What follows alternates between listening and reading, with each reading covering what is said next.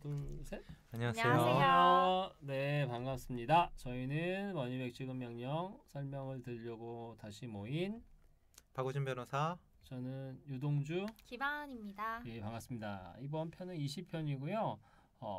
오늘은 뭐 전세보증금 뭐 떼인 경우 이런 거에 대해 설명해 주신다고 하는데 요새 하도 뭐 이런 문제가 많으니까 머니백 대표께서 이 사례를 말씀드리려고 하는 것 같은데 어떤 사례죠?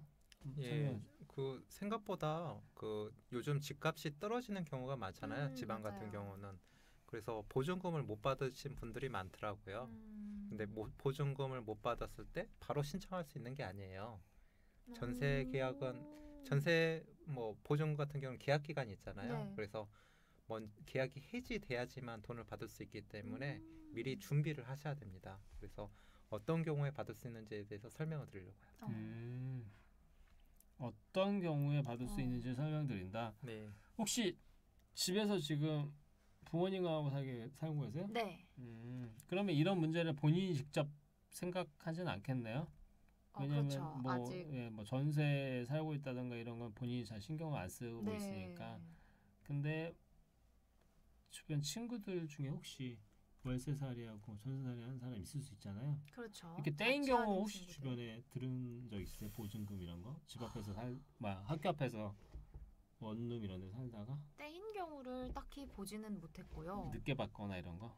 늦게 받는 경우는 많이 있고. 네, 요즘 좀 많은 것 같긴 해요. 아무래도 뭐 부동산 침체도 그렇고 여러 가지 문제로. 근데 좀 제 친구들의 경우에는 서로 이제 좀 합의를 하고 양해를 해주고 그런 가운데 그렇게 좀 늦게 주는 경우인 것 같아요. 근데 어떻게 보면 하나씩 친구들은 운이 좋아요. 맞아요. 이거 몇백만 원, 몇천만 원 쉽게 못 받는 경우가 상당히 많아요. 예, 그렇죠.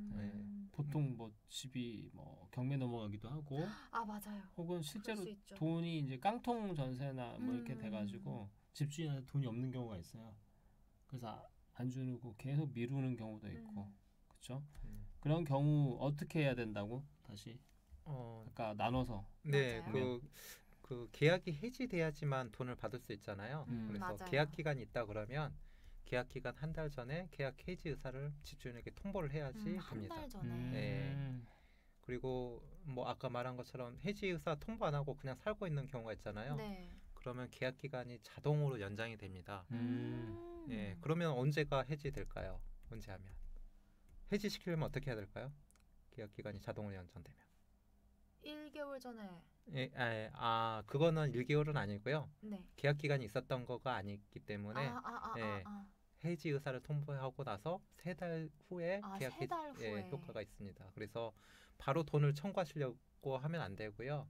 3달이 지나고. 예, 그래서 자동으로 연장되면 해지 의사 통보하고 나서 3달 후에 신청하시면 될 것 같고요.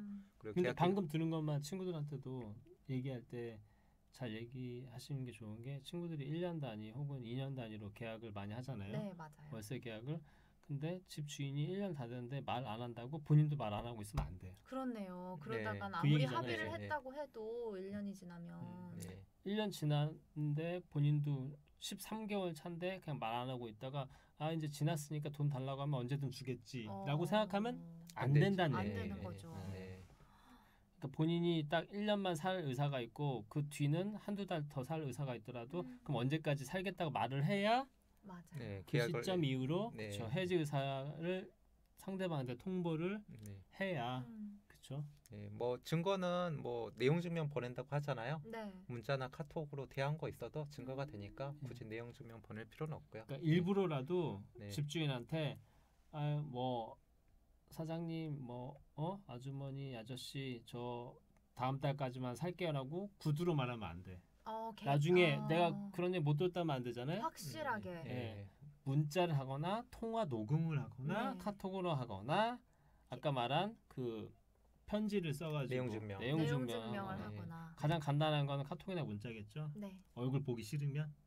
잘 모르겠다 그러면 저희 서비스 임대차 보증금 한번 눌러보시면 됩니다. 그래서 뭐 한 달 전에 자동 연장인 경우 뭐 메시지가 떠요. 그래서 한 달 후에 신청하세요. 뭐 아직 안 했으면 3달 후에 신청하세요. 뭐 그런 메시지가 뜨니까 이용요금은 따로 안 들어가거든요. 네. 그러니까 최종 결제해야지만 되는 거니까 모르겠다 그러면 신청해 보시고 그 메시지를 참고하셔서 예, 저희 그 지급 명령 신청하시면 될 것 같습니다. 또 이 내용은 또 네이버에 머니백 지급 명령 찾아보시면 블로그에도 자세히 설명이 되어 맞아요. 있으니까 그걸 참고해 주시고 또 다른 경우가 있을 수 있겠죠. 맞아요. 임대 기간이 뭐 다른 연장된 경우. 예, 아까 3달 자동 연장된 경우에는 3달 3달? 전 그리고 네. 그다음에 그리고 종료됐거나 해지됐으면 바로 신청하시면 되는 거고요. 그렇죠. 예, 그리고 제일 문제되는 경우에는 사실은 그 아까 말한 것처럼 집주인이 돈이 없는 경우가 생각보다 많아요. 요즘에 그럴 경우에는 갭 투자들이 많잖아요. 갭투자는 갭투자요. 예, 갭투자. 갭투자하는 사람은 나쁜 사람이 아닐까요? 갭 투자자들이 많다 보니까 네. 그런 경우 때문에 못 받는 경우가 많더라고요. 저희 서비스 이용하신 분들도 전국에 걸쳐서 뭐 굉장히 많고 또 그 보통 그리고 보증금 같은 경우는 기본 수천만 원에서 수억이잖아요. 그래서 만약에 그 집 함부로 이렇게 돈을 그 집주인이 돈이 없으면 못 받는 경우가 있는데 그 바로 이사를 해버리면 그 우선권이라는 게 사라지게 돼요. 이거는 지금 여기서는 네. 머니백하고 관련 없는 법률 상식을 네, 말씀드린 거예요. 상식을 말씀드리면 그 계약 기간이 종료됐다고 해서 바로 이사 가지 마세요. 왜냐 살고 있어야지 뭐 그 확정일자나 전세권 설정 등기가 돼 있으면 그 설정 순서에 따라서 돈을 우선 변제를 받을 수 있거든요. 근데 살고 있는 사람에게 예. 제일 우선권이 부여되는 예. 거구나. 예, 확정일자, 네. 확정일자라고 해가지고 주민센터 가서 언제 살고 있다라는 신고하는 게 있고, 네. 내가 전세권 설정 등기가 있으면 등기 순서대로 우선 집이 팔리더라도 돈을 받을 수 있어요. 근데 만약에 전세권 설정 등기가 없어지거나 네. 그리고 이사를 가버리면 자기가 돈을 먼저 받을 수 있는 순서가 미뤄지게 되게 되면 이제 집이 혹시 경매가 돼가지고 팔리더라도 돈을 못 받을 가능성이 높아지거든요. 돈이 없으면. 네. 그런 경우가 있으니까 함부로 이사 가지 마시고 살면서 신청하시는 게 좋고요. 돈 받을 때까지 버티는 게 기본이다. 살면서 말씀이시죠? 하거나 이사를 간다 그러면 전세권 설정 등기를 하고 나서 이사를 가시면 좋을 것 같아요.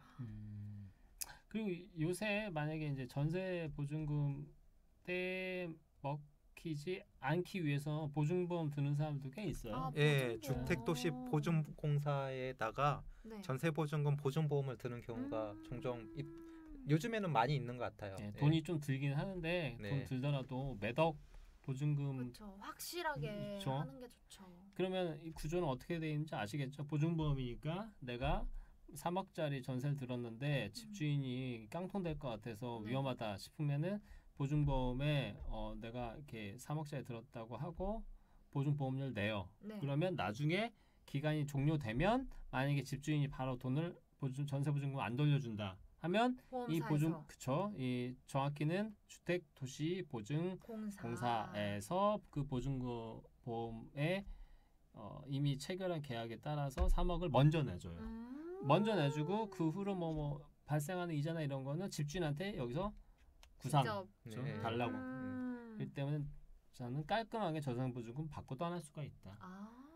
보증보험 나중에 계약하게 되면 꼭 신청해야 되겠어요. 근데 이게 사실 꼭 신청한다고 지금 생각하지만 나중에 실사례에 가면 신청할까 말까 고민해요. 왜 그렇겠어요? 가격. 돈이 드니까 이것도 그렇죠. 일종의 보험이기 때문에 네. 보증보험도 돈이 들어서 집주인이 주겠지 하고 이것도 돈 좀 꽤 들어요. 네, 네. 그렇기 때문에 뭐 몇백 수준은 들 거예요. 처음에 아마 가입할 때. 잘 확인하고 네. 들어가는 게 좋죠. 네, 문제 없는. 처음에는 이제 그 갭 투자용 집에는 아예 처음부터 안 가는 게 좋죠. 왜냐하면 대출이 너무 크게 잡혀 있으니까. 근데 혹시라도 들어가면 어쩔 수 없이 그 집을 살고 싶다면 보증보험 들어 놓거나 그렇죠? 그런 조치를 취해놔야겠죠. 제일 안전한 거는 이거고 그 다음으로는 뭐 전세권 설정 등기하고 뭐 확정일자 이게 차례 순으로 괜찮은 건데 설명을 충분히 해주셨죠? 네. 머니백 홍보하러 왔다가 꼭 필요한 상식도 꿀팁? 얻고. 네. 함부로 이사 가지 마시라는 것. 네. 네. 그 전에 이제 부자랑 같이 살면 돼요. 부자는 이런 걱정 안 하잖아요, 그죠? 자기 집 사는데 누가 전세 이거 보증금 걱정하겠어요, 그죠? 뭐 사정이 사람마다 다 다른 거니까요. 맞아요. 예. 그런가? 네. 제가 너무 그래도 좀 그렇긴 하죠. 부자는 좀 걱정이 덜 하죠. 네, 저희가 오늘 영화 기생충을 보고 여러분 부자 되세요. 이런 생각이 들었답니다. 여러분 부자 됩시다. 맞아. 감사합니다. 부자는 안 되더라도 네. 손해는 보지 말자.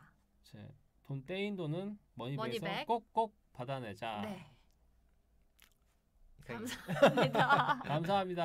감사합니다. 감사합니다.